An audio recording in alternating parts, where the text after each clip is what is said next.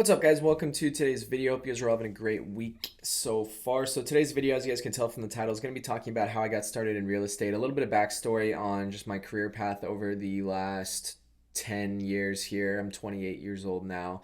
And yeah, I just like a lot of people are asking how I got started in real estate, but I want to take it a little bit further back than that and just kind of just explain my whole career path from since I graduated high school, essentially. So let's get started. I grew up in Portland or Beaverton, Oregon, which is a suburb of Portland, Oregon, pretty much throughout my childhood and my high school career. When I graduated high school when I was 18 years old, I was a model at the time, and I was traveling around pretty much from 18 to 23 years old. I would spend parts of the year in Miami. I'd spend parts of the year in Los Angeles. I'd spend a little bit of time in New York, and then I'd spend a little bit of time back in Oregon. I was modeling.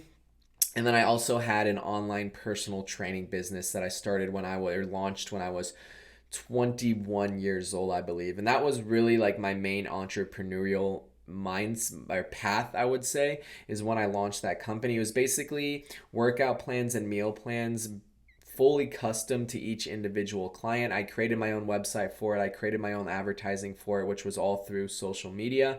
And I did everything on my own, from messaging the clients to onboarding them to creating their actual plans themselves, the check-ins. Everything was a one-man show, and I learned so much from that, not only about myself, but about business in general.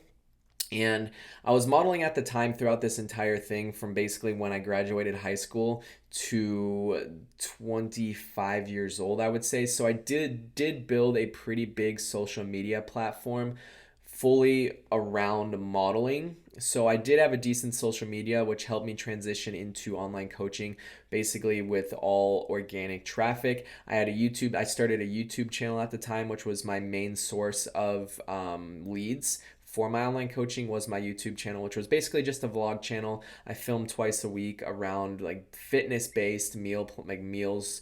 I filmed like day in the life. This is what I eat every single day, stuff like that. And I grew it to about 70,000 subscribers at the time.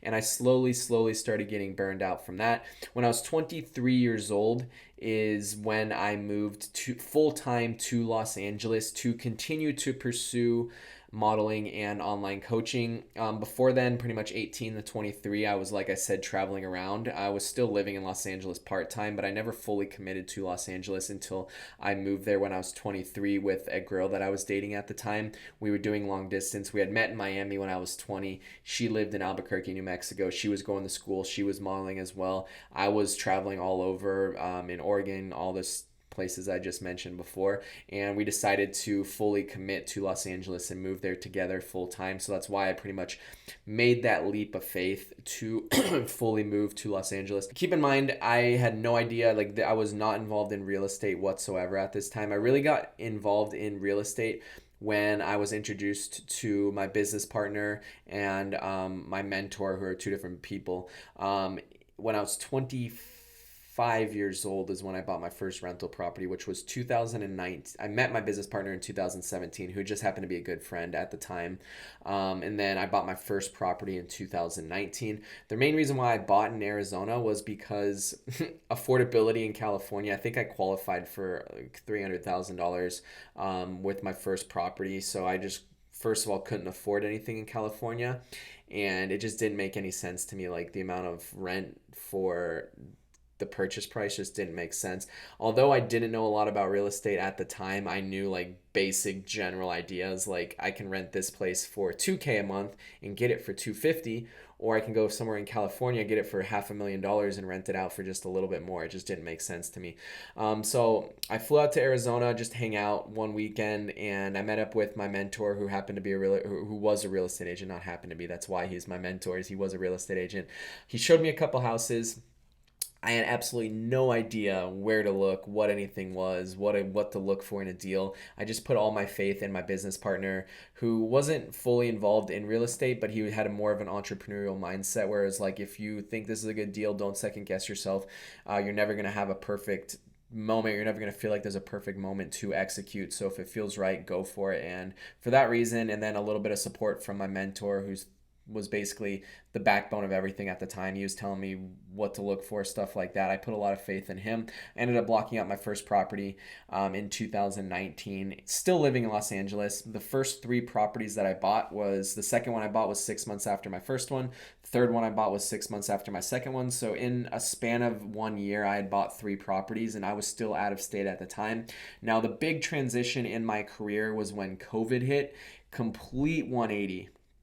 I almost completely stopped modeling because everything shut down during COVID. There was literally no work. I was stuck in my 600 square foot apartment in Los Angeles, driving myself crazy with no modeling. My online coaching was still active, but it was much, much slower. I went from my peak of online coaching, which was like at one point I know I had like 95 clients a month, which was just insane, the amount of effort and work and time I was putting into that.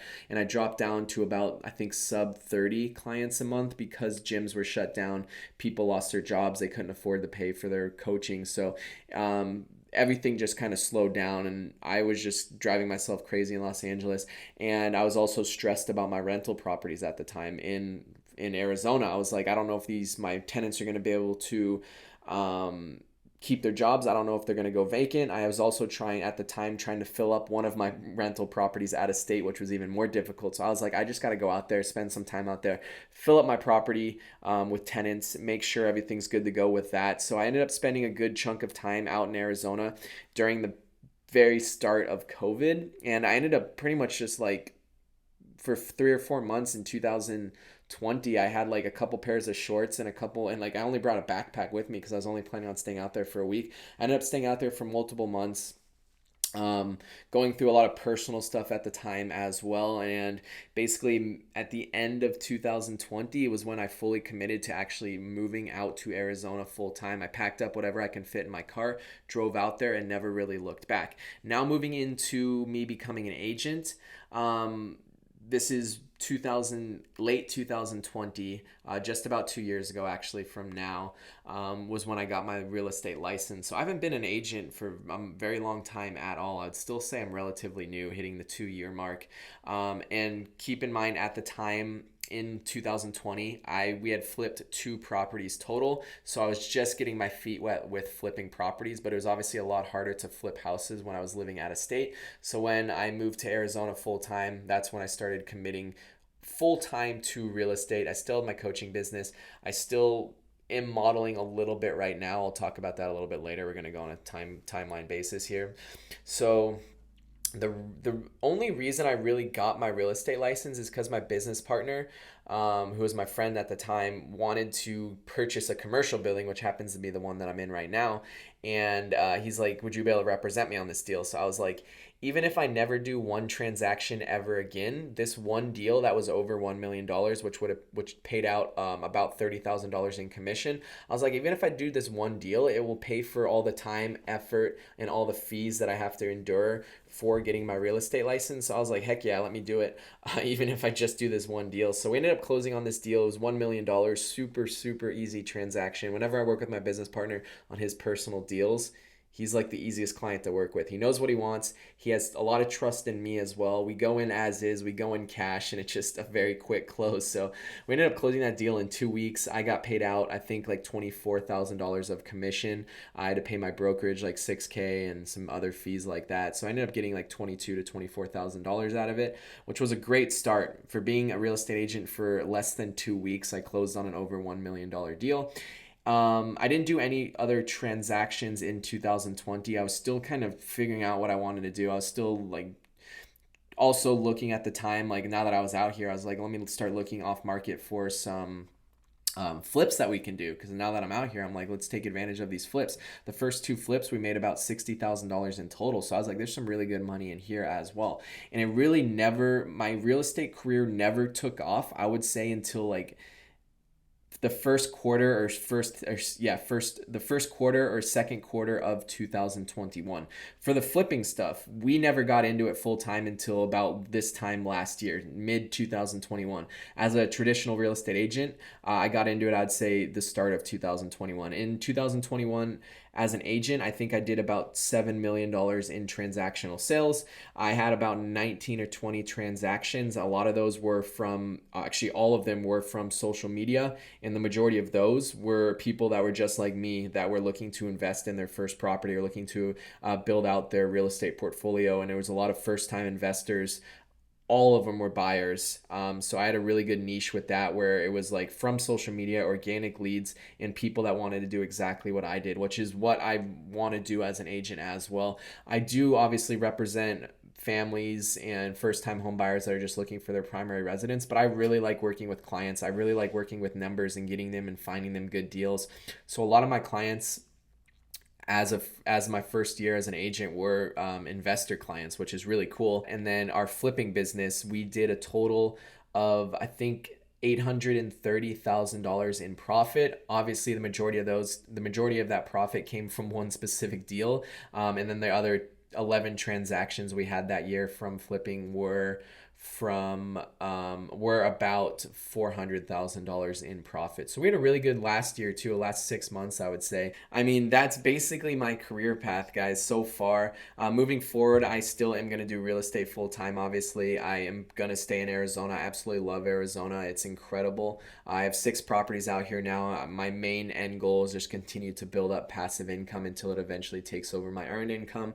It's already been like a big stress off my shoulder having this passive income every single year so far, continuing to build and build and build. I just see it continuing to do that for the years and years to come.